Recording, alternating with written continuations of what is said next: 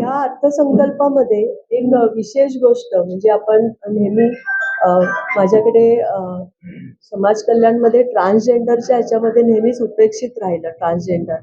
ह्या अर्थसंकल्पात पण ट्रान्सजेंडरच्यासाठी एक वेगळं बजेट पण डिक्लेअर केलं आणि त्याच्या अंमलबजावणीसाठीच्या विशेष तरतुदी पण करण्यात आल्या.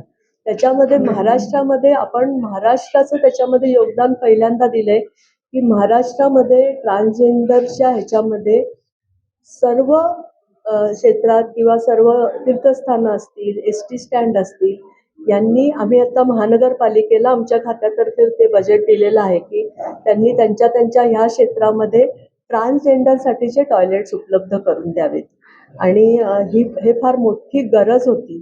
ते आपण महाराष्ट्राने सुरू केलेलं आहे आणि आता केंद्राच्या बजेटमधनं पण आपल्याला त्याच्यासाठीचा निधी उपलब्ध होईल.